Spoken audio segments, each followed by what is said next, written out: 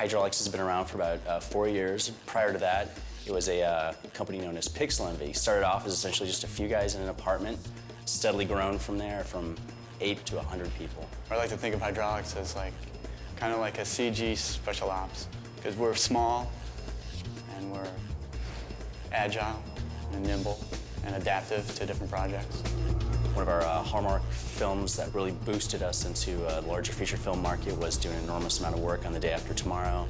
Since then, we've done a lot of heavy effects films. Like we just finished up X-Men 3, Fantastic Four before that, Aeon Flux, we worked on Siriano, and currently we're doing the largest commercial campaign in China for Coca-Cola.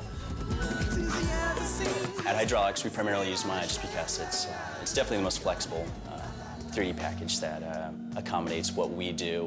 One of our most recent projects in X-Men, we got handed, I think, initially 60 shots to do in a short amount of time, and that blossomed into about 260. One of my favorite shots that we worked on is the Sentinel. Wolverine attacks this giant, essentially this giant robot, and the head drops out of the sky. They gave us a live plate where they had a practical element, but we couldn't use that plate for multiple reasons, so we had to recreate that from scratch. We went from modeling phase in Maya to the lighting, the animation, and completed all of that in probably about 5 days. Another shot that I really enjoyed working on was the convoy sequence towards the beginning of the movie where Magneto starts just essentially throwing cars. We recreated pretty much most of the cars in the sequence and flipped them and crushed them, rolled them over. So when Magneto waves his hand, you know, the cars animate lift up. The animator crushed it down using some bones, some deformers, flung it off to the side. And at the same time, the effects guys are, you know, blowing out glass and kicking up dust and popping tires. That's a typical thing we do here. It's like we'll use keyframes, instances, rigid bodies, you know, whatever it takes to get these things out the door quickly.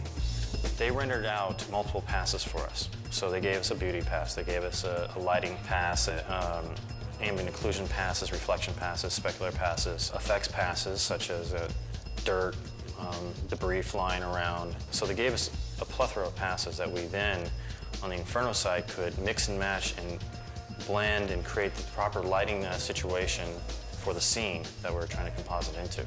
We worked on this guy called Regenerate Man, where he's fighting with Wolverine. Every time he threw a punch, Wolverine would sever an arm. We had to regrow the arm back again. He was filmed with these green screen socks on the whole time, so every time you see this arm, even when it looks like it's a live-action arm, that's a CG arm as well. We had to replace everything in all those scenes. The thing is that we had to have people animating over the plates before we even had how we were going to do it figured out. We have animators animating shots long before the final bind, the final model, or maybe even the final technique is ready to go. If the animation director or the director wants a change, since we're using referencing, most of those changes can be implemented discreetly without having to start over from scratch. What I can say about the latest release of Maya is that there's been a lot of little things that have really helped. I'm talking about some of the modeling tools, the even selection tools, lattice in the UV box. It's good. It helped a lot. The new blend shape tools have been fantastic, and there's just been a lot of little things that have been addressed that really helped out with production. Maya definitely did provide the tools we needed to get it done. It was all right there. It's the best software out there for doing visual effects.